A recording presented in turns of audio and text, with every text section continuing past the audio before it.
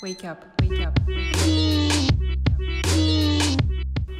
Quand j'ai reçu l'email de Frédéric Laloux qui me disait « D'habitude, je refuse et décline gentiment toutes les invitations, mais là, je ne sais pas pourquoi, j'ai envie de dire oui », mon cœur s'est mis à battre la chamade. Je me suis dit « Waouh, je vais interviewer le Frédéric Laloux, l'auteur de Reinventing Organization, celui qui nous inspire et continue de nous inspirer dans la création de Wake Up ». Pour tout vous dire, notre outil boussole dédié aux entreprises s'aligne pile poil dans cette philosophie. Frédéric me raconte dans cet épisode comment il a décidé de tout plaquer alors qu'il était encore consultant en stratégie chez McKinsey, la vie qu'il mène aujourd'hui dans l'éco-village d'Ithaca aux États-Unis et aussi la passion qu'il anime dans ces nouveaux projets dont il nous dévoile les contours dans cette conversation. Ensemble, on a parlé d'intuition, de l'importance de bien se connaître, de spiritualité aussi et de la détresse écologique que nous vivons. Installez-vous confortablement, je vous emmène dans cette conversation avec Frédéric Laloux. Parti. Et écoute, première question, qui es-tu, Frédéric Laloux? C'est une question que je trouve toujours très difficile parce qu'on a des identités qui sont tellement multiples et que je déteste être figé dans quelque chose. Mais en tout cas, je suis papa de 2 enfants, mari d'une femme que j'aime depuis longtemps et personne qui est en chemin et qui a eu la chance après un début de vie, un début de carrière assez tracé où je n'osais pas imaginer sortir du rang, d'être aujourd'hui dans une vie où je m'offre de plus en plus de liberté et où j'arrive le mieux que je peux à écouter la vie qui veut être vécue à travers moi et de ne plus faire de projet mais d'aller suivre les élans que j'entends en moi. D'ailleurs, sur ton LinkedIn, tu écris Experiencing life without a job identity. J'ai trouvé ça très juste parce que c'est vrai que souvent, on a une crise identitaire au travail et donc tu te définis autrement. Donc, Oui, sur LinkedIn, là, tu es obligé de mettre... on ne peut pas laisser cette case vide, tu sais. Et qu'est-ce que j'aurais pu mettre? J'aurais pu mettre... je sais pas, auteur, conférencier, chercheur, bark, tu vois. Alors oui, j'ai écrit quelques livres, mais est-ce que je me vois auteur? Ben non, oui, ça fait partie de mon chemin, mais est-ce que je me vois auteur? Non. J'ai donné quelques conférences, mais je suis conférencier? Non, enfin voilà. Ça ne sonnait pas très juste pour moi. Donc toi, tu as grandi et vécu en Belgique où tu as exercé pendant de nombreuses années le métier de consultant, d'abord chez McKinsey, puis à ton compte. Et finalement, un jour, tu t'es dit j'arrête, ça ne me correspond plus. Est-ce que tu peux nous raconter la prise de conscience que tu as eue? Oui, parce que je m'en souviens très, très bien. C'était au printemps 2011. Et j'avais l'impression que j'avais un peu gagné le jackpot de la vie parce que tout allait bien dans ma vie. Je m'étais mis à mon compte, donc j'avais une liberté folle, je faisais du coaching, de la consultance pour quelques grandes entreprises où j'étais très bien payé, je travaillais très peu, je gagnais pas mal d'argent, voilà, très amoureux de ma femme, on venait d'avoir notre premier enfant, donc voilà, tout allait bien et j'avais l'impression d'avoir trouvé ma voie, tu sais. Voilà, Fred, le coach, voilà, c'est moi pour les 20 prochaines années de ma vie parce que ce métier-là faisait sens. Tu sais, j'avais des conversations très profondes avec des dirigeants d'entreprise, portes fermées, où on osait aborder des choses qu'on aborde rarement. Donc je me sentais très privilégié de faire partie de ces conversations. Et puis vraiment, du jour au lendemain, tout d'un coup, j'ai eu un moment comme ça de tristesse, de manque d'énergie, que j'arrivais pas à cadrer parce que justement tout allait tellement bien dans ma vie et ça m'a pris 2-3 semaines pour arriver à mettre des mots dessus, arriver à comprendre ce qui m'arrivait et c'était que en fait j'arrivais plus à travailler avec ces grandes entreprises avec lesquelles je travaillais, qu'il y avait quelque chose dans mon propre cheminement, j'avais été trop loin, mon cheminement personnel, spirituel, où j'arrivais encore à parler la langue de ces comités de direction, mais où c'était plus tout à fait moi et j'étais constamment dans un jeu de me dire tiens, jusqu'où est-ce que je peux aller avant que je les perde, avant qu'ils me déclarent fou, et donc j'étais dans ce jeu constant de traduction, tu sais, jusqu'où est-ce que je peux tendre cet élastique, et à un moment donné ça n'avait plus de sens pour moi et je me rendais compte que qu'en fait, c'était pas intellectuel, c'était vraiment au niveau presque corporel, physique. Quand j'allais dans ces quartiers généraux de cette banque avec laquelle je travaillais, de cette boîte pharma, de cette boîte chimie, et tu sais, ces quartiers généraux qui sont froids, c'est du marbre, c'est du verre, et puis tu as tout le monde qui court dans tous les sens, qui est occupé, qui est en train de faire le prochain plan stratégique, le prochain plan à 3 ans, le prochain budget, le machin. Et il y avait quelque chose là-dedans où je me promenais là-dedans, et j'avais envie d'arrêter tout le monde, de leur dire, mais vous y croyez encore à toutes ces histoires-là? Et donc je me rendais compte qu'il y avait manifestement quelque chose chez moi qui n'y croyait plus, tu vois, et qui ne se sentait plus vivant dans ces espaces. Et du coup, ben, voilà, c'était très clair, plus ou moins du jour au lendemain, que j'allais arrêter ça. Et du coup est venu un questionnement qui pour moi était très profond. Alors je sais que quand je le partage, c'est évidemment jamais aussi fort pour les autres que quand on l'a vécu soi. Mais je ne sais pas pourquoi j'ai senti avec clarté que la question que je ne devais pas me poser était la question évidente qui aurait été, mais alors, bon, du coup, qu'est-ce que je fais? Du coup, c'est quoi mon métier? C'est quoi mon identité? C'est quoi mon gagne-pain? C'est quoi que je mets sur ma carte de visite? Mais qu'à l'inverse, la bonne question à me poser, c'était qu'est-ce que je pourrais faire maintenant qui aurait le plus de sens pour moi? Qui me donnerait le plus d'énergie, juste là maintenant.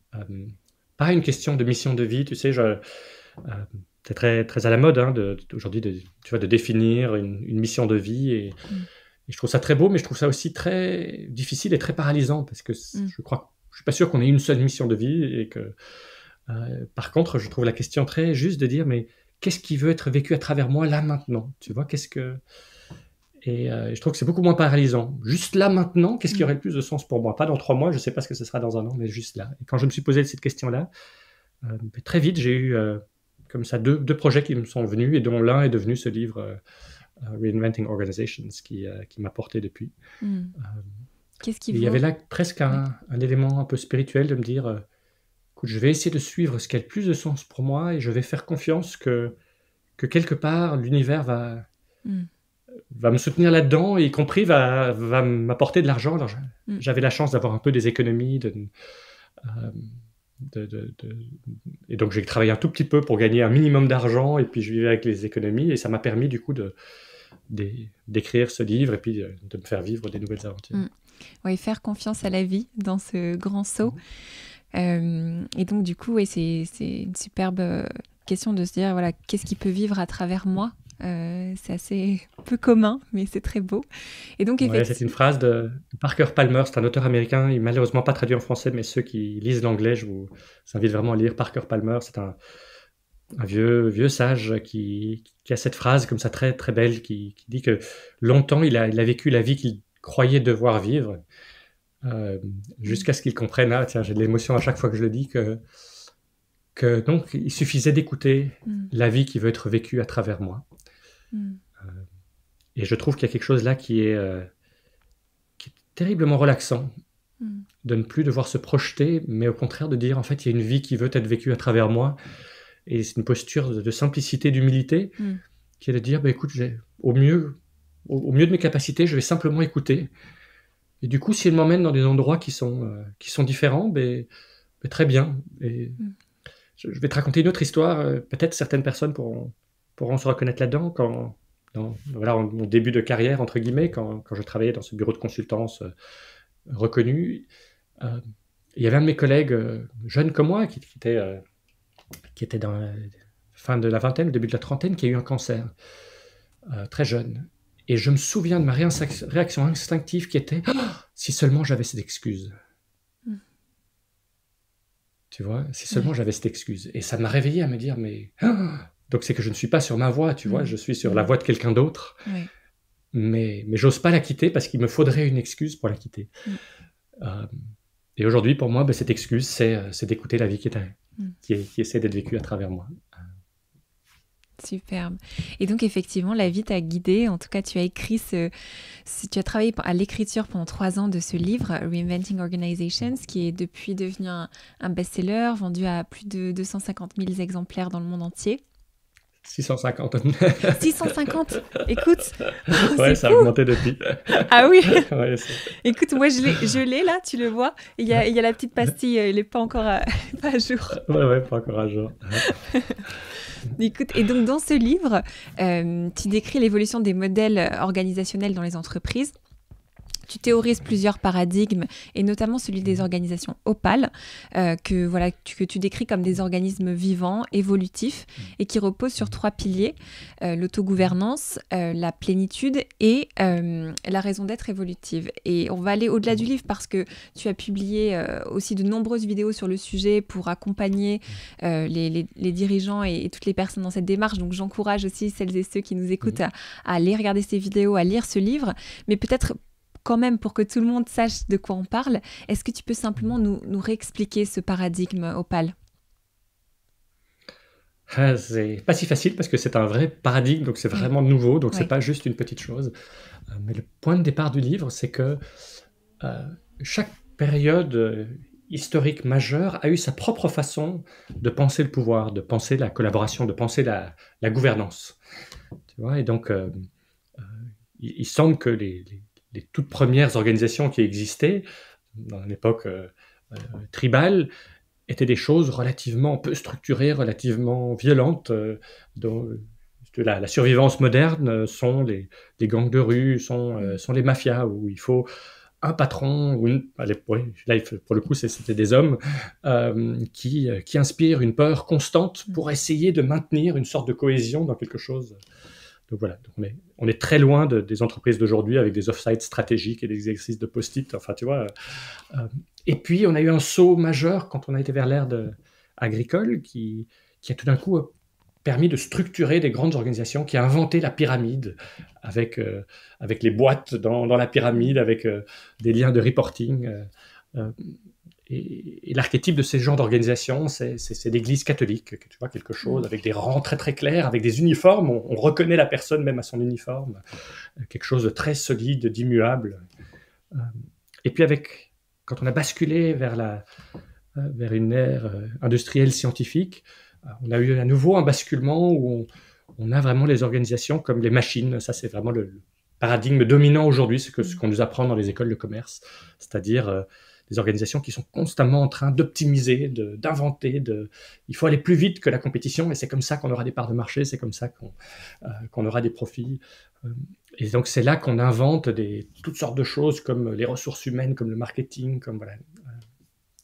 Donc voilà, il y a eu comme ça un certain nombre de basculements, et on est en train d'être à l'amorce d'un nouveau basculement, et on a déjà un certain nombre d'organisations qui fonctionnent sur un autre modèle parce que leurs fondateurs ou leurs dirigeants voient le monde autrement et disent en fait, ce monde de l'organisation comme une machine où je vois mes collaborateurs comme des rouages qu'il faut placer de façon optimale dans cette machine, en fait, non, ça ne me correspond pas, Et donc c'est assez fascinant de voir émerger un peu partout dans le monde des organisations qui fonctionnent de façon très très différente, et tu l'as dit, avec une autre métaphore.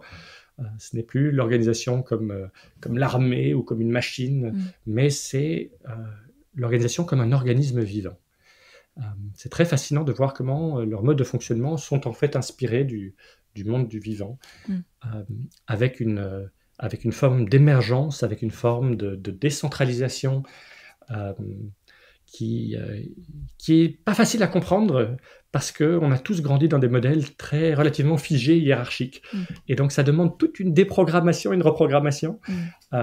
Et c'est pas facile pour moi de te raconter la chose en 5 minutes parce que justement, c'est un vrai bouleversement, et ça vaut la peine de vraiment se plonger, de comprendre comment fonctionne un certain nombre de ces organisations pour lentement y faire sens. Moi, ça m'a bien servi d'avoir 3 ans de recherche sur ces entreprises pour vraiment les comprendre. C'est ça, il y a aussi énormément d'exemples, donc c'est hyper étayé.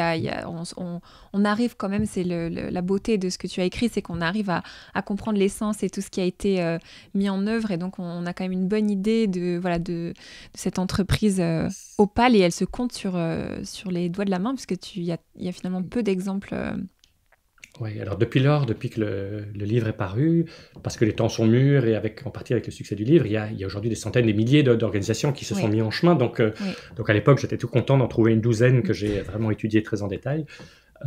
Mais même si le phénomène est très émergent, est encore assez nouveau, ce qui est fascinant, c'est qu'il y a suffisamment d'exemples et de façon encore plus fascinante, alors même que ces organisations, ces entreprises, ces associations ne se connaissaient pas entre elles,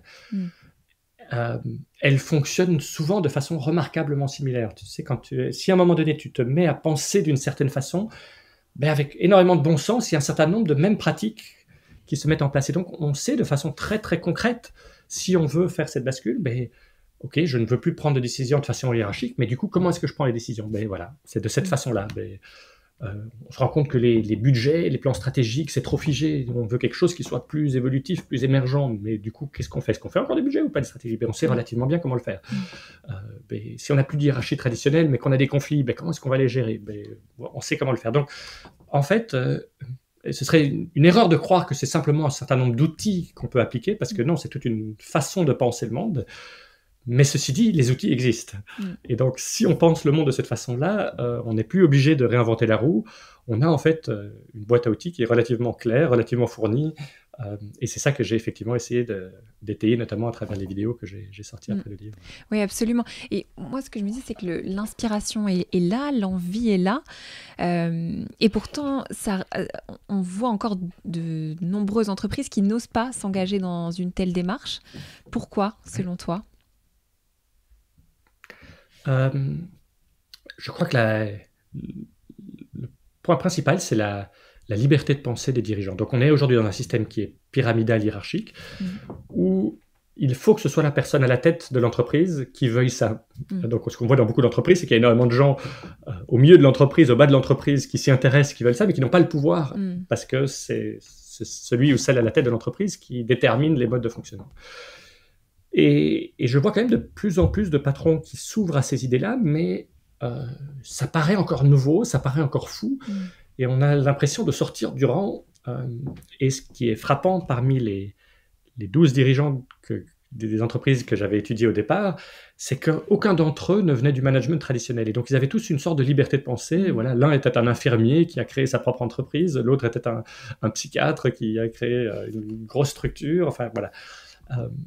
Et donc, je pense qu'il y a un effet d'entraînement au fur et à mesure qu'on voit un certain nombre de dirigeants de grandes entreprises qui commencent à s'engager, à prendre des risques là-dessus, à être visibles là-dessus. Tout d'un coup, ça va permettre à d'autres de même dire « Ok, mais du coup, j'ose moi aussi un peu sortir du rang. » Et peut-être que le point de bascule, à un moment donné, ne sera pas si loin, où tout d'un coup, en fait, si on est un peu en avance sur son temps, du coup on fait ça, et au contraire, si on est un peu dinosaure, tant pis, on reste dans l'ancien modèle. Et donc c'est pas impensable qu'à un moment donné il y ait un point de bascule. Oui. Mais il faut aujourd'hui des personnes qui se sentent vraiment très libres dans leur tête pour oser faire ce saut-là, alors même que toutes les expériences nous montrent que les résultats sont à la hauteur, quoi, que ça cartonne, que évidemment à partir du moment où tous les employés sont dans une position où ils peuvent prendre des initiatives, où ils sont dans leur force, où ils ne sont plus bloqués par toutes sortes de systèmes étouffants, bureaucratiques, évidemment qu'il y a la vie qui rentre et que ça cartonne. Oui, absolument. Et un des sujets qui a une place importante dans ton livre, c'est le développement personnel, le fait de bien se connaître. Pourquoi est-ce que, selon toi, c'est essentiel pour tendre vers ce nouveau paradigme ?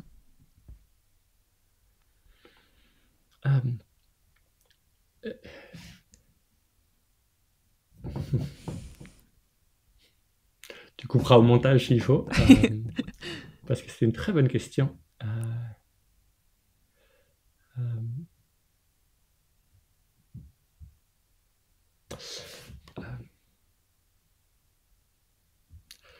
Alors moi, le mot développement personnel ne me dérange pas, mais je sais qu'à certaines personnes, c'est un mot qui peut paraître incongru ou qui peut faire peur, mais une façon de le dire autrement ou de le décoder, c'est que nous sommes tous limités dans nos potentiels par justement l'identité que nous avons de nous-mêmes, par les peurs que nous avons, par le regard des autres.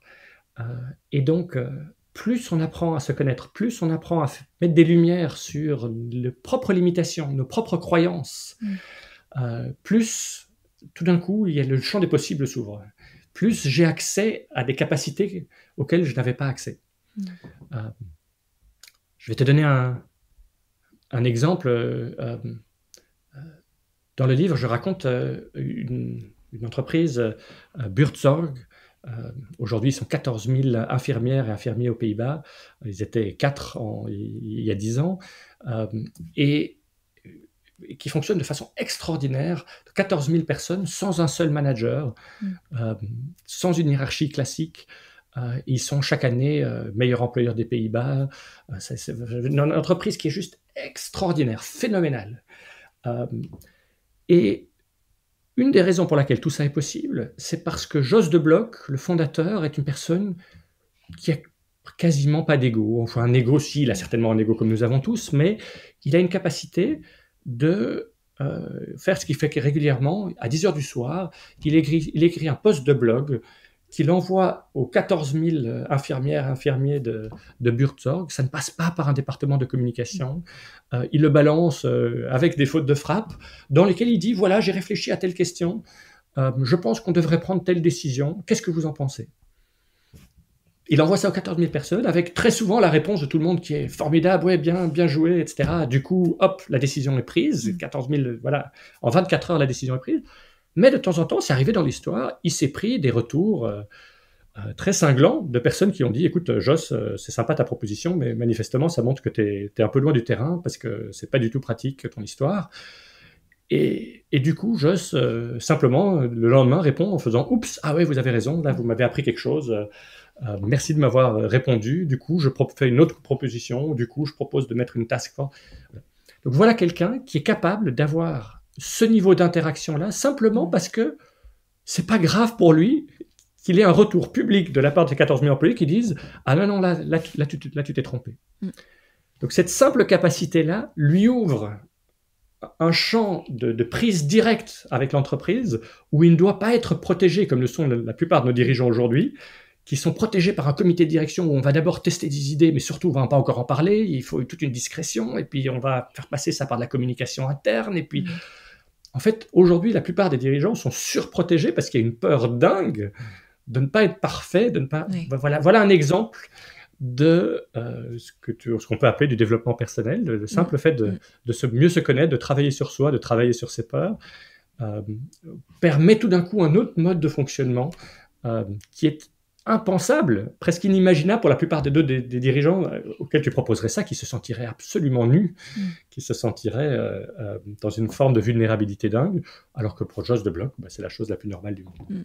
Oui, complètement. Et là, on parle au niveau des dirigeants, mais même au niveau de l'entreprise. C'est vrai que dans ce livre, tu abordes des sujets comme la conscience, l'introspection, la spiritualité, en filigrane, hein, mais on le comprend quand même. Et c'est vrai que c'est très loin de la norme rationnelle, et même dans l'entreprise, ces sujets sont quasi absents. Là, on le parlait au niveau des dirigeants, mais même selon toi, pourquoi est-ce que c'est même absent carrément du monde du travail, presque ? Je crois que là, en fait, les rapports humains que nous avons en entreprise sont pour la plupart d'une pauvreté assez affligeante, quoi. Ce sont des rapports très, très transactionnels, qui sont empreints de peurs subtiles de part et d'autre, où on se dit, tiens, si je me montre vraiment comme je suis, tu vois, si je me montre où tout d'un coup je suis vulnérable, je vais montrer des faiblesses, ça pourrait être utilisé contre moi. Et donc voilà, à la limite, le moins l'entreprise, le moins mes collègues, certainement, le moins mon hiérarchie sait sur moi, mieux c'est. Et c'est vrai à tous les niveaux. Et puis l'hiérarchie aussi va montrer une façade parfaitement maîtrisée, jamais montrer de faiblesse. Et donc voilà, on est dans des rapports qui sont très très superficiels, très très transactionnels. Or, on voit dans un certain nombre d'entreprises que si on arrive à créer un espace dans lequel on se sent dans une forme de sécurité profonde, naturelle, et qu'à partir du moment où on ose se montrer avec toute sa richesse, toute son humanité, il y a tout d'un coup une vie qui revient en entreprise qui est phénoménale. qui est phénoménal. Et alors le but, c'est pas de faire du spirituel, de faire du partage pour du partage, mais simplement de se montrer tel que nous sommes avec toute authentique, nos vulnérabilités. Je vais te raconter une histoire qui m'a beaucoup touché d'une entreprise au Québec, qui était gérée de façon très, très classique, et puis qui à un moment donné a fait le basculement vers une forme d'autogouvernance. C'est une entreprise qui fait du fil textile, donc voilà, une entreprise très industrielle. Et puis j'ai entendu cette histoire que, voilà, comme maintenant les gens collaborent, qui se montrent du coup sur le vrai jour, les équipes se connaissent infiniment plus profondément parce qu'ils n'ont plus d'hierarchie, mais qu'ils sont amenés au jour le jour de collaborer ensemble. Et bien, le matin, ils se retrouvent tous pour faire juste un tout petit point d'étape pour la journée. Et il y a quelqu'un qui a dit écoute, moi je vais parler pour je ne sais plus son nom, je vais dire Jean-Pierre, parce que c'est dur pour lui d'en parler, mais voilà, il vient d'être mis dehors par sa femme. Cette nuit, il se retrouve sans rien. Et voilà, la journée va être difficile pour lui. Et en quelques heures, l'ensemble des collègues a tout organisé. Lui a trouvé un appartement qui était libre de quelqu'un, lui a trouvé de la vaisselle, lui a trouvé un lit pour dormir, lui a trouvé... Wow. Mais aujourd'hui... Quelles sont les entreprises où on ose se montrer, où on ose se voir sous ce jour-là? Et donc, oui, tu parles qu'il y a des éléments de spiritualité, mais moi, ce qui me touche, c'est simplement le fait de simplement être nous-mêmes, de nous montrer dans notre plénitude, dans notre force, dans notre faiblesse, d'oser se dire, en fait, ce truc-là, dans mon boulot, il ne me plaît pas, est-ce que quelqu'un d'autre veut le reprendre? En fait, ça, c'est pas ma force. Là, je m'éclate pas. Par contre, en fait, je rêve d'apprendre ce truc-là, mais je sais pas si j'ose. Est-ce que toi, tu voudrais me coacher là-dedans? Est-ce que voilà, de se montrer avec sa pleine humanité sur des questions toutes simples, toutes évidentes comme ça du quotidien. Oui, aller vers des rapports beaucoup plus vrais, beaucoup plus authentiques. Et c'est encore difficile aujourd'hui. Tu expliques notamment dans tes vidéos The Journey que le dirigeant doit faire son introspection et un travail sur lui-même pour pouvoir amorcer ces changements pour son entreprise. Dans quelle mesure, selon toi, ce travail doit aussi être fait par les collaborateurs? Alors, pour le dirigeant ou la dirigeante, c'est certain qu'elle ou il doit le faire parce que dans ce chemin-là, il ou elle va être confronté à toutes sortes à un moment donné de limitations, de peurs, de croyances, et que l'ensemble du chemin ne pourra avancer qu'à la vitesse de son propre cheminement intérieur. Et donc je suis très persuadé que les dirigeants doivent se faire accompagner. Et de tous ceux que j'ai vus, j'en ai pas vu un seul qui regrettait d'avoir fait ce voyage. Alors tous disent, il y a des moments où wow, ça me confronte, tout d'un coup je vois que j'ai encore des peurs, des choses que j'ose pas lâcher, des choses que... mais qu'est-ce que je suis content de l'avoir fait. Tous disent qu'à la fin, ils ont une vie plus riche qu'auparavant, qui retrouvent des rapports humains infiniment plus vrais et plus riches, parce que malheureusement, le poison de la distance et de la hiérarchie se ressent en particulier à la tête de l'entreprise. Le patron ou la patronne ne sait jamais, en fait, si ces rapports seront vrais. C'est comme, vous savez, ces enfants de familles super riches qui ne savent jamais si les copains à l'école... sont vraiment un copain pour eux ou copain pour leur argent. Mais quand on est dirigeant d'entreprise, on ne sait jamais si quelqu'un vous dit quelque chose de gentil ou fait un compliment ou vous dit oui à votre proposition, si c'est vrai ou si c'est à cause de cette distance de pouvoir. Et donc, il y a énormément de ces dirigeants qui disent « Waouh, c'est un chemin où j'ai retrouvé une liberté, une qualité de relation que je n'avais pas. » Donc, pour eux, c'est obligatoire. Alors, pour le reste de l'organisation, une fois que les structures commencent à changer, il y a un effet d'apprentissage sur le tas. Voilà, je suis dans une équipe dans l'usine et j'avais toujours appris à suivre les ordres et à surtout pas faire de propositions. Et puis tout d'un coup, on me met dans une situation où c'est notre groupe de 10 là qui prend les décisions. Et il n'y a plus de manager pour les prendre. Mais au début, ça peut être très très confrontant, ça peut être difficile. Et en même temps, je suis jeté dans le bain et c'est à moi d'apprendre à nager. Et donc, il y a une bonne partie qui se fait tout seul. Alors, si en plus, on peut offrir des formes d'accompagnement, si on peut offrir des formes de coaching, si on peut offrir des moments de cercle où on discute de ces expériences, ah, ben j'étais manager et en fait maintenant je le suis plus, du coup je fais d'autres choses, alors c'est génial parce que du coup je refais des choses créatives plutôt que d'être juste manager, mais en même temps, ouf, c'est difficile parce que mon identité, si on peut offrir des espaces où on peut digérer ce genre de choses, où on peut jeter de la lumière sur nos zones d'ombre, alors évidemment les choses se passent encore beaucoup plus facilement. Il y a toutes ces personnes qui nous écoutent et qui ont envie de changer les choses dans l'entreprise. Quels conseils, qu'est-ce que tu leur dirais?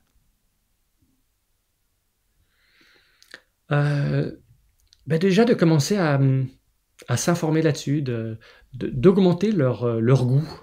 Parce qu'on est encore à un point, on est encore un peu tôt dans la bascule, hein, où pour certaines personnes c'est une évidence, mais pour beaucoup d'autres, ils vont dire mais t'es fou, enfin, dans quoi tu vas te lancer? Parce qu'ils ne savent pas que ça existe, parce qu'ils ne savent pas à quel point ça fonctionne bien.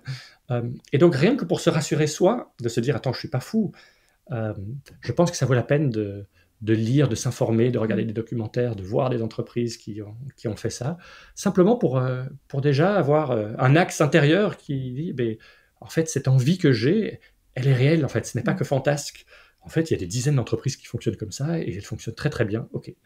Donc je pense qu'il y a déjà une première étape qui est celle-là. Je pense qu'il y a une autre étape qui est aussi de clarifier, en fait, qu'est-ce que je ne veux plus ? Qu'est-ce que j'ai accepté comme étant normal, parce que c'est ça le monde de l'entreprise, c'est ça le monde de l'associatif, ou c'est ça le monde des entreprises publiques. Et en fait, non. C'est très clair que je vois chez les dirigeants et les personnes qui ont fait le pas, c'est celles qui sont arrivées à un moment donné à un point de non-retour. Donc je ne connais pas un seul exemple de changement réussi où la personne l'a fait en se disant « Ah, on va faire ça parce que ça va nous rendre plus agiles, plus innovants, plus performants. » C'est jamais ça le moteur. Le moteur est toujours un moteur intérieur de « Burk, en fait, je ne peux plus fonctionner de cette ancienne façon. » Et ça peut être des choses très, très différentes. Ça peut être à un moment donné qu'on se réveille en réunion et on se rend compte, en fait, ça fait 1 heure qu'il n'y a eu que des égos qui ont parlé. Pour parler de « Ah non, c'est mon département, ah non, c'est mon petit truc de pouvoir », et puis tout d'un coup dire « Mais en fait, plus jamais dans ma vie, j'ai envie de perdre 1 heure dans une réunion où c'est le côté le plus laid de l'humanité qui sort, quoi. Je n'en veux plus, tu vois, voilà. Pour certaines personnes, ce sera ça. Pour certaines autres personnes, ce sera de savoir comment les personnes au bas de l'échelle sont traitées. Je vais te raconter une histoire qui, moi, m'a beaucoup touché dans un livre que j'ai lu récemment de Raj Sisodia, où il y a un patron qui raconte son éveil à lui. C'était un matin, donc il a créé une énorme boîte de call center, et un matin, il y a sa collaboratrice directe, la chef financière, la CFO, qui arrive, et elle a eu un petit malheur. Il y a le pneu de sa voiture qui a crevé sur un nid de poule. Et bon, donc voilà, c'était sa voiture de fonction. Donc heureusement, elle avait un contrat d'assurance. La dépanneuse est venue tout de suite, l'a emmené la voiture pour la faire réparer. On lui a donné une voiture de remplacement et voilà, elle s'est retrouvée au bureau 3/4 d'heure de retard. Elle a raté sa première réunion. Tout le monde était désolé pour elle. Tout le monde lui a demandé comment elle allait. Voilà. Et puis, le même jour, il apprend une histoire qui s'était passée quelques jours auparavant, que quelqu'un dans le call center tout au bas de l'échelle, donc voilà, avec vraiment un salaire minimum, a eu la même chose. Un pneu qui a crevé, mais c'était évidemment pas une voiture de société. Elle avait évidemment pas d'assurance pour dépanner sa voiture. La seule chose qu'elle a pu faire, c'est d'appeler des amis. Un ami qui a pu venir, a bricolé avec une corde, amener la voiture jusqu'au garage, où on n'avait pas de voiture de remplacement. Donc finalement, elle a dû prendre un taxi qui lui coûtait très très cher pour revenir paniquer parce qu'elle n'a pas l'argent pour réparer sa voiture, ne sait pas comment l'après-midi elle va aller chercher ses enfants à l'école. Ne sait pas comment les prochains jours elle va aller se déplacer, et arrive en retard, pendant 1h30 en retard, et se fait réprimander avec une retenue sur salaire. Et le patron a dit, en fait, c'est ça la réalité de mon entreprise. Et il a été dégoûté par sa propre entreprise. C'est une inégalité. Et c'est souvent des choses que j'entends, c'est un moment de dégoût où on se dit, en fait, quelque chose qui était invisible pour moi parce que ça faisait juste partie de l'espace dans lequel j'ai grandi. Eh bien, en fait, j'arrive à un point de non-retour. Et donc, je pense que cultiver son envie d'autre chose et cultiver son dégoût, cultiver ce moment de rupture sont peut-être les meilleures préparations pour après se lancer. Parce qu'après, on est prêt à se lancer et de prendre tous les revers, les couacs et les hauts et les bas qui viennent avec ce genre de voyage parce qu'on est ancré dans une certitude qu'il n'y a pas d'alternative à ce chemin-là. Ouais, qu'est-ce que vous ne voulez plus Écoute, tout à l'heure, simplement pour revenir, tu disais tout à l'heure, la bascule est proche. L'histoire montre souvent que c'est une petite poignée de personnes qui peuvent provoquer de grands changements. Est-ce que toi, c'est quelque chose que tu as vu arriver dans des organisations, des changements initiés par simplement un petit groupe de collaborateurs ou de personnes dans toutes tes rencontres? C'est quelque chose que je discute souvent parce que pas mal de lecteurs, de personnes sont frustrés avec moi parce que j'insiste sur le fait que pour que vraiment une entreprise dans son entièreté se mette en chemin et bascule, il faut que ce soit la personne à la tête qui veuille ce changement. Ouais. Et que je ne connais pas d'exemple de personnes au milieu de l'entreprise qui ont commencé à faire des changements et qui étaient vraiment pérennes et qui ont amené finalement le changement complet. Ceci dit, c'est super important que des personnes qui se sentent cet élan-là au milieu de l'entreprise fassent ce qu'elles peuvent dans leur périmètre et aillent aussi loin qu'elles le peuvent, parce que même si ça ne changeait pas l'ensemble de l'organisation, eh bien, ça va offrir un espace pour une poignée de gens, ou quelques dizaines ou centaines de milliers, en fonction de la taille de l'entreprise, et que c'est ces personnes-là qui, à un moment donné, vont peut-être 10 ans plus tard être à la tête de leur entreprise, ou ces personnes-là qui vont quitter l'entreprise et vont créer une autre entreprise, et qui vont... donc, voilà, les chemins du changement sont impénétrables. Et donc, surtout, œuvrons chacun à notre échelle.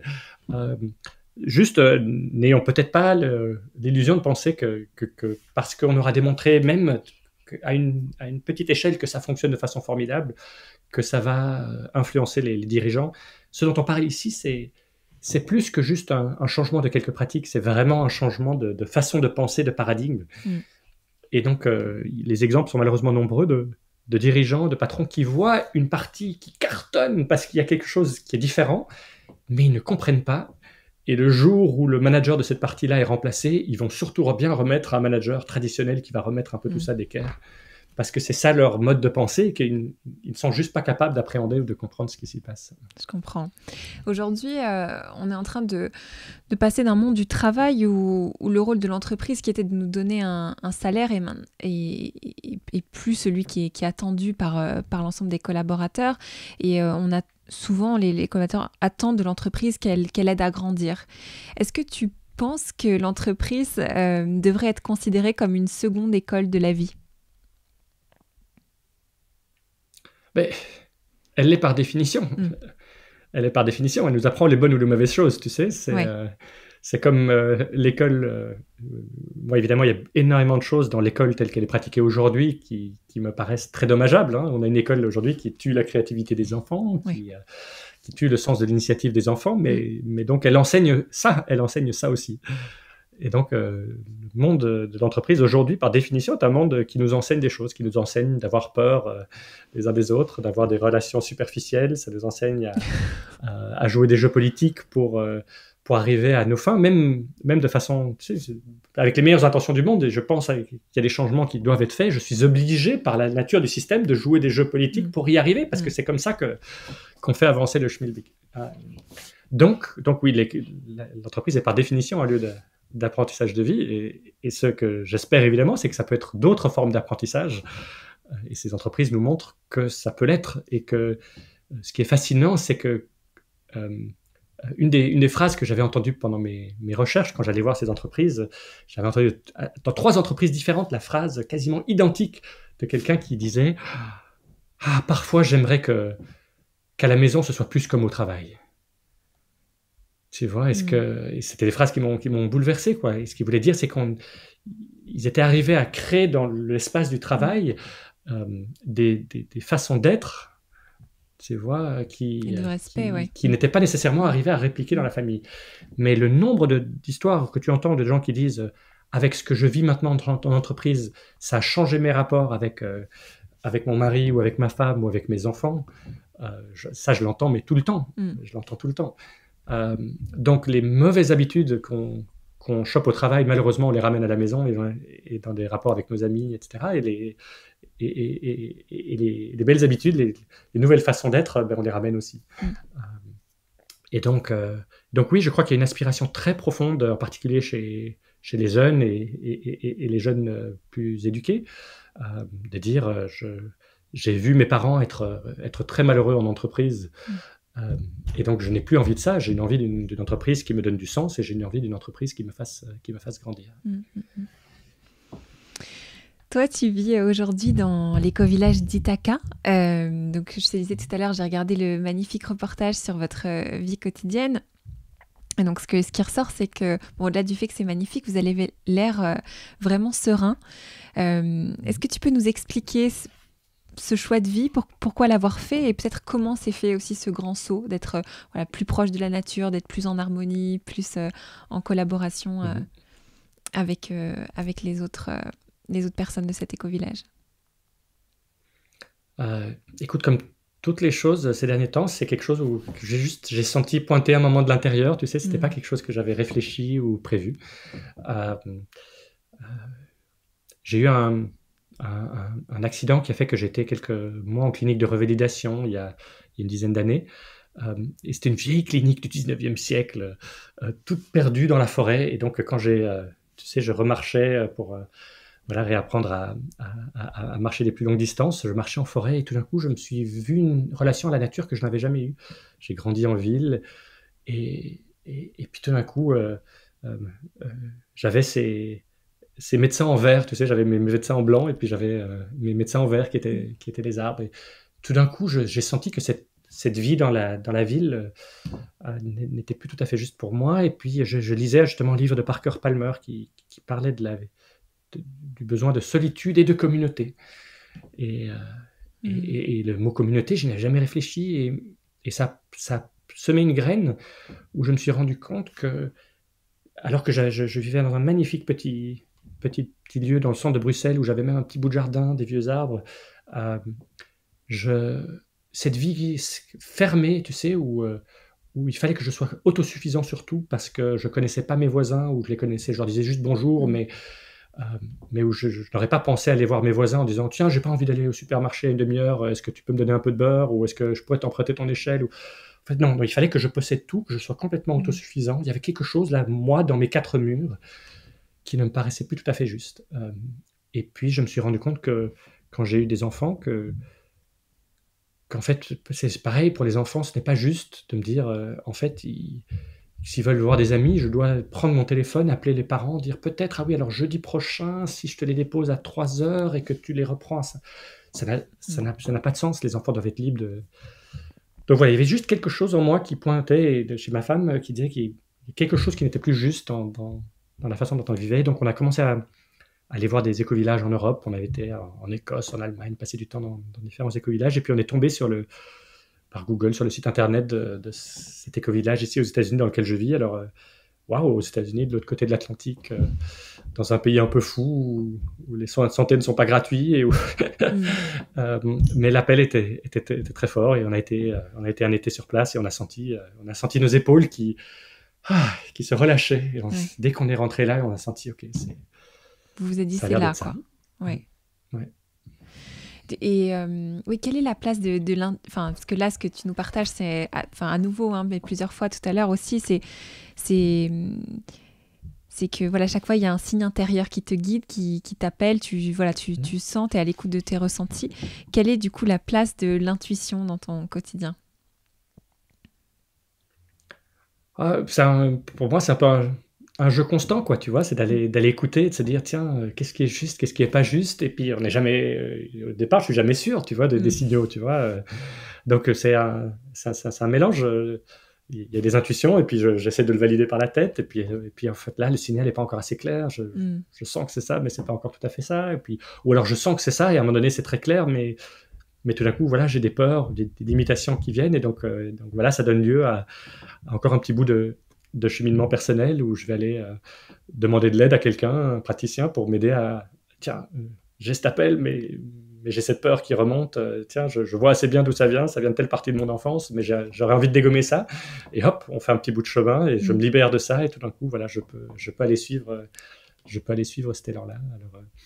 Alors parfois, voilà, ça vient avec beaucoup de clarté. Parfois, ça prend du temps et c'est un peu frustrant. Et voilà, ça fait partie de la vie de se mettre à l'écoute et puis de valider ça. Beaucoup de conversations avec Hélène, avec ma femme, pour valider, pour voir est-ce que je vois juste, est-ce que je vois pas juste. Oui, je te comprends complètement. Aujourd'hui, tu as choisi un mode de vie où le travail, enfin en tout cas j'imagine, corrige-moi si je me trompe, mais en tout cas n'est qu'une partie de ton temps, parce qu'on comprend que voilà, il y a une partie qui est dédiée des heures que tu fais dans la semaine pour la communauté aussi. J'imagine plus de temps en famille, avec les enfants, etc. Quelle est la place et le sens du travail pour toi? Quelle est sa juste place?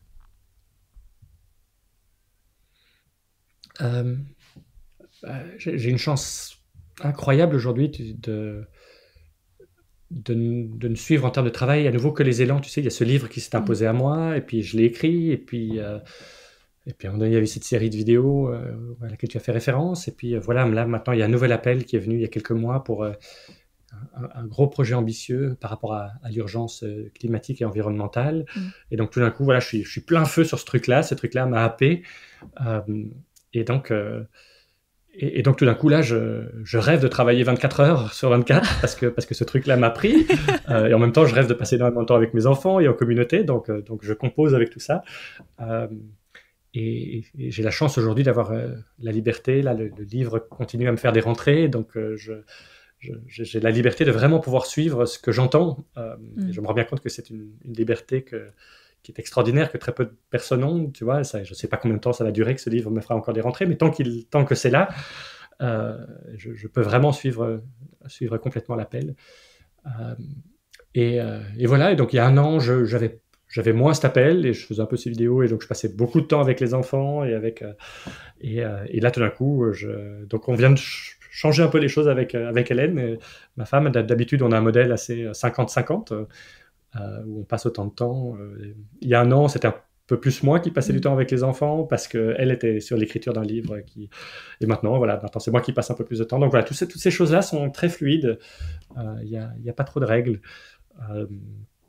Mais en tout cas, je suis heureux de me dire, en tout cas, que mes enfants grandissent avec l'image que le travail, ça peut être passionnant. La passion, et que le travail peut être un appel,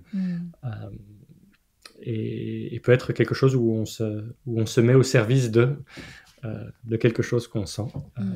Et j'ai une chance extraordinaire de vivre ça aujourd'hui, et voilà, j'ai une gratitude infinie pour ça. Alors justement, tu viens juste de l'évoquer, c'est un peu ma dernière question avant de clôturer sur les plus petites questions rituelles, le rituel de fin d'interview. Qui est c'est ton engagement pour la planète. Je sais que cette détresse écologique qu'on vit te tient beaucoup à cœur. Est-ce que tu peux nous en parler, parce que je sais que tu viens de le dire, hein, c'est encore tôt sur ce projet ambitieux sur lequel tu travailles. Mais voilà, est-ce que tu peux nous parler de ton engagement pour la planète et des actions que tu entreprends désormais? Ouais, je me rends compte en t'écoutant que j'aimerais qu'on trouve un nouveau vocabulaire. Je ne l'ai pas encore trouvé, parce que tu sais, c'est l'engagement pour la planète, c'était comme si on s'engageait pour quelque chose d'autre, tu sais, comme si c'était un engagement, tu sais, un peu facultatif comme ça, tu vois. On peut choisir de s'engager pour la planète. Alors que fondamentalement, aujourd'hui, je vois ça comme un engagement pour la vie, pour nous-mêmes, pour l'ensemble du vivant, mais y compris moi, y compris mes enfants. J'étais très marqué. On a eu... il y a un an, la visite d'un couple de Belges qu'on ne connaissait pas, qui vivaient aussi aux États-Unis, qui avaient lu un livre sur l'effondrement possible de notre société, et ça les avait tellement bousculés qu'ils ont décidé plus ou moins du jour au lendemain de changer de vie. Leur vie d'avant ne faisait plus sens. Et je me suis rendu compte en leur parlant que, alors même que j'avais déménagé de l'autre côté de l'Atlantique pour vivre une vie plus simple, que je faisais en fait un peu toutes les bonnes choses, je n'achète quasiment que la seconde main, on consomme relativement peu, on recycle, toutes ces bonnes choses-là, que je suis évidemment très convaincu de l'urgence climatique, je ne m'étais jamais vraiment laissé toucher au fond de moi-même. Tu sais, il y avait toujours une part de moi qui était quelque part en déni, une part de moi qui en fait ne voulait pas voir parce que j'avais peur d'être submergé. J'avais peur de ne pas pouvoir affronter les émotions. Et quand j'ai vu le courage qu'avait ce couple-là, il y a une part un peu de fierté chez moi qui a été activée, qui s'est dit, mais mince, si eux, j'y arrivent, moi aussi, je peux y arriver. Tu sais, et donc, l'été passé, Hélène, ma femme et moi, on a fait ce plongeon. On s'est dit, écoute, on va vraiment, vraiment oser faire face, vraiment lire ce qui s'annonce et faire le voyage, peut-être carrément un peu spirituel, initiatique, d'aller au fond des peurs, d'aller au fond de la tristesse, voilà, au fond du deuil. Et effectivement, c'est le cheminement qu'on a fait, mais on en est aussi, à un moment donné, on en est aussi ressorti, en se sentant encore plus vivant. En fait, il y a quelque chose quand on se barricade, quand on se protège, qui fait qu'on n'est pas en contact plein avec la vie. Quelque chose où en se protégeant, il y a une partie de ce qui est vraiment vivant en nous qui est caché, qui est tu. Et là, j'ai encore une appréciation plus grande. Je marche dans la nature et de la savoir aussi fragile, il y a une appréciation plus grande, il y a une gratitude plus grande pour ce qui existe encore et une clarté plus grande sur ce qu'il faut faire. Et donc de là est né alors un projet qui est un projet qui se base vraiment sur une connaissance, je crois, très profonde des sciences sociales et des mécanismes qui font qu'on n'ose pas voir. Et quels sont les mouvements dans le passé qui nous ont permis d'affronter des situations dangereuses et qui ont même basculé la chose en disant, en fait, ça devient un élément de fierté, de se dire, je suis parmi ceux qui oseront prendre des actes. Et donc voilà, c'est un projet dont j'en dirai un peu plus bientôt, mais qui vise à amener peut-être le plus grand nombre à oser regarder la vérité en face et à faire le même voyage que nous avons fait et d'en sortir en étant plus vivant, plus connecté, en ayant une vie plus riche et en ayant une vie qui a du sens. Waouh, en tout cas, merci pour ce partage. Ça me touche énormément parce que il faut que je te présente Sébastien et mon mari et mon associé sur Wake Up. Et lui, donc, il a publié quelques textes là récemment. Pareil, comme le couple d'amis belges que tu avais, lui, ça l'a profondément touché, vraiment. Et il est allé assez loin dans cette noirceur de... Voilà, c'est vraiment les mécanismes du deuil qui décrivent après avoir entendu et lu les théories de la collapsologie. Et donc moi, je l'ai lu après en ayant vu sa réaction. Donc on n'a pas fait le plongeon en même temps. Donc j'avais un peu si tu veux, l'avant-goût de ce qui allait m'attendre. Mais oui, je vois très bien du coup. Et puis j'ai lu aussi beaucoup de témoignages de cette éco-anxiété qui est du coup qui naît à la lecture de ces textes et de ce qu'on voit. Et qui est fondamentalement saine, qui montre que nous sommes des humains qui fonctionnent bien. Tu vois, c'est fondamentalement sain de vivre une feuille de tristesse, de deuil, de peur. Ça montre que nous ne sommes pas devenus complètement cyniques ou complètement abrutis. Et que en fait, ce qui nous arrive, ce qui arrive aux vivants, ce qui arrive à nos enfants, nous tient à cœur. Moi, quand j'ai fait le calcul en me rendant compte que 2050, tu sais, c'est des années... On entend souvent en 2050, il se passera ceci, il se passera ça. En 2050, mes enfants qui sont jeunes aujourd'hui seront plus jeunes que ce que je suis moi. Moi, je me considère pas vieux. Et d'un coup, cette date de 2050 prend une toute autre coloration, quoi. Tu vois, de me dire... Ah oui, c'est donc ça que mes enfants vont vivre quand ils seront plus jeunes que moi aujourd'hui, quoi. Oui, complètement. Oui, enfin bon, en tout cas, je vois le... Ah. Voilà, je sais pas si... Vous devez me laisser encore 5 ou 10 minutes. Non, juste non, une question. Dans 5-10 minutes. Mais c'est très important et c'est une question très courte. Tu sais où est la tablette? Tu le garderas ou tu l'enlèveras? Oui, je le garderai. Quoi? Non, je ne sais pas. Tu voulais me mettre dans le montage de ton film? On est enregistré là. Je ne sais pas où elle est. Et maman, on s'est Dans fait 5 piquer. dans 5 minutes, je vais venir t'aider à le chercher. Regarde qu'elle est ici. Non, Raphaël, dans 5 minutes, je vais t'aider à la chercher. Non, moi je change maintenant. Est-ce que vous faites un podcast? Ouais, Oui, exactement. c'est ça. Mais donc là, il y a des centaines de personnes qui vont nous entendre. Écoute, Oui. on a la chance que ce ne soit pas en direct, donc peut-être qu'Anaïs va Non, va je- l'enlever au montage. Je garderai pas. Raphaël. Ah, Ou tu les super. garderas. C'est comme tu veux. Au revoir. Sinon, il faudrait qu'on sort. Bye Bon, bye. ok, on se laisse, mais que 5 minutes. Allez, les petites minutes de fin. Ils sont vraiment Ouais. trop choux. J'ai quatre petites questions pour toi, rapides, voilà, pour clôturer cette interview. C'est un peu le rituel du podcast. Alors, la première, quel a été le choix le plus difficile que tu aies eu à faire pour suivre ton destin?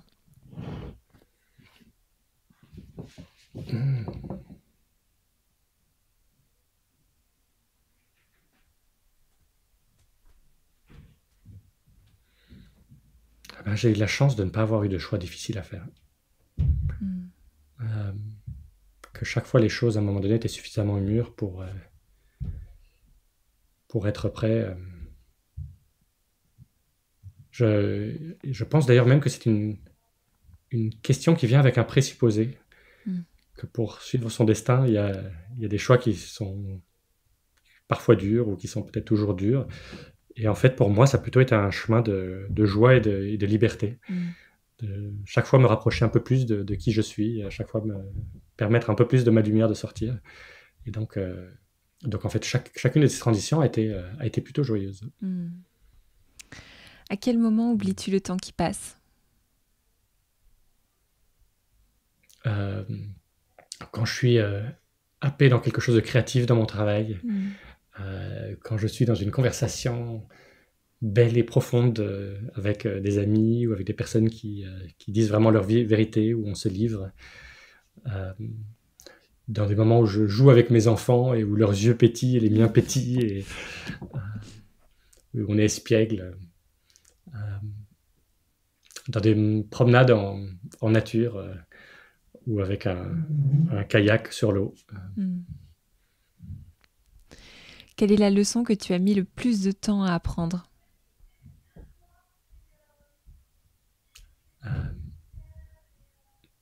Celle qui avait une vie qui voulait être vécue à travers moi. Celle que je ne devais pas prévoir ma vie ou que je ne devais pas réussir dans un schéma qui correspondait à d'autres.